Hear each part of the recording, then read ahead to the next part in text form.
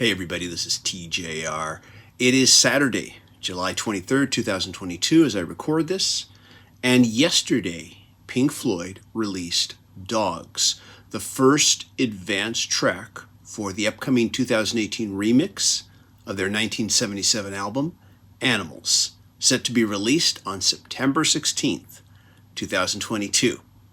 And after listening, my first reaction was that this sounded very faithful to the album's original mix. Now, this will make many Pink Floyd purists very happy, but this did disappoint me a little bit at first. In fact, my first reaction had me thinking, did they even remix this? It sounds almost exactly the same.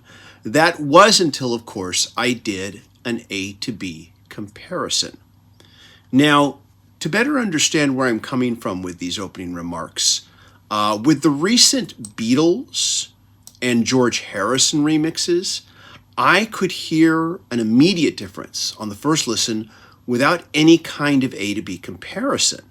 Now, I would still do the A to B comparison so that I could better understand these differences in what I was hearing, but also so that I could write a more informed review. I think part of this was because Pink Floyd in the late 70s had access to much better recording technology than the Beatles had access to in the late 60s. So as a result, there are more opportunities to make more noticeable audio improvements on their recordings from the 60s versus the technology that was available a decade later. In the case with George Harrison and the Beatles remixes, these were to some extent an alternate mix, different from the original, but careful not to be too different. Based on my experience listening to this advanced track, I would say that the 2018 remix of Animals is going to be similar to some of the Steven Wilson remixes I've had the pleasure of listening to, where remixing is used to bring out more detail and space between the different instruments, but still will try to be as faithful to the original as possible. As I listened repeatedly to this remix of Dogs, I can say that I found it easier to concentrate and follow the various individual instruments versus on the original. One subtle difference was that I found the fade up at the beginning of the song to be a little less subtle and not as gradual as on the original version. Also, at around the 7-minute and 15-second mark, the low end felt dramatically enhanced, and I thought it added a lot of impact to the song. This would be at the point where Gilmour sings "The Bad Blood slows and turns to stone." And when I say low end, I'm not just talking the bass, I'm just talking the overall tone of the song. I also did a lot of A to B comparisons on the track's last 4 minutes. Here, David Gilmour's guitar solo at the 13-minute and 28-second mark seemed much more real and tangible. To me, it felt like I was sitting closer to his guitar amplifier. At the 13-minute and 57 mark, we hear a harmonized guitar, and it sounds like he's using a pitch shifter effect of some sort. And honestly, I'm not sure if pitch shifters were available then in the way that they are now, as just say like a simple, foot pedal. But that's what it sounds like. It's always been an effect that I felt more than I thought about when I would listen to it.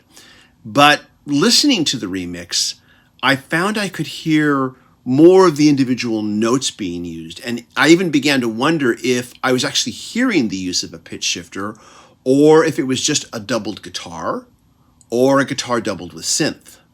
There are pros and cons to hearing it this way, but some of the magic in that one little moment kind of got lost for me when I heard it in this new remix.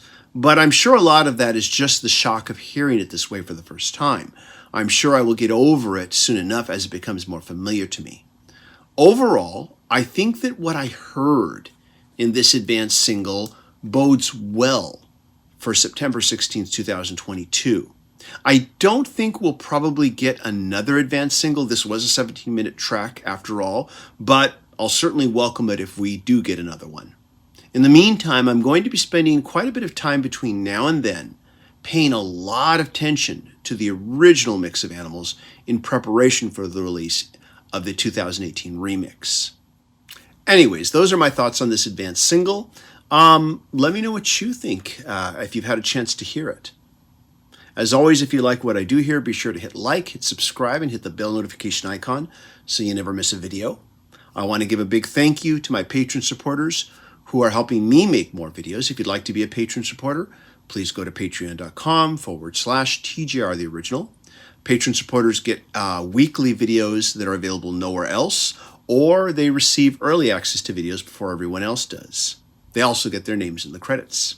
Everybody, thank you so much for watching, and I hope you all stay safe and healthy. Take care. Bye-bye.